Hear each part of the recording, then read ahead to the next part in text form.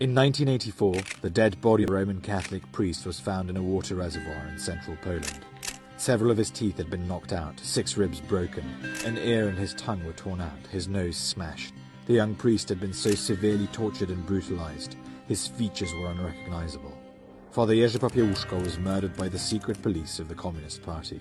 His crime? By daring to speak the truth out loud, he gave people the resolve to stand up against communism.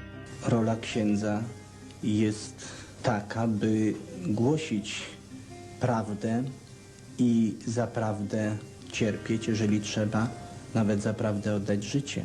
His brutal murder is one of countless examples of the innate hatred communist totalitarianism has for the Catholic Church. Communism and Christianity are intrinsically incompatible.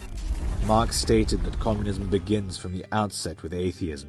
Every communist regime attempts to purge the faith of its people, and that is why every communist takeover is inevitably followed by the persecution of the Church.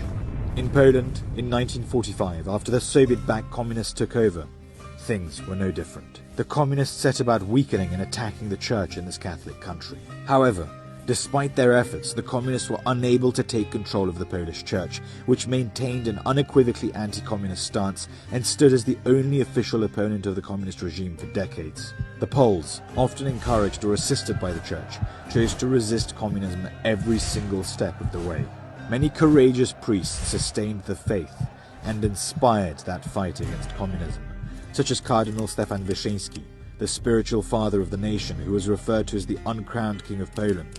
Pope John Paul II appealed to his countrymen to not be afraid, reigniting resistance and sparking the formation of solidarity.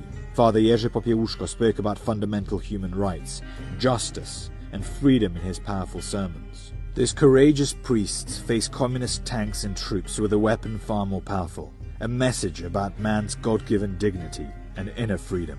So if you ever find your rights being trampled and your freedoms being stripped away, remember that the courage to speak the truth is the greatest weapon against totalitarian regimes.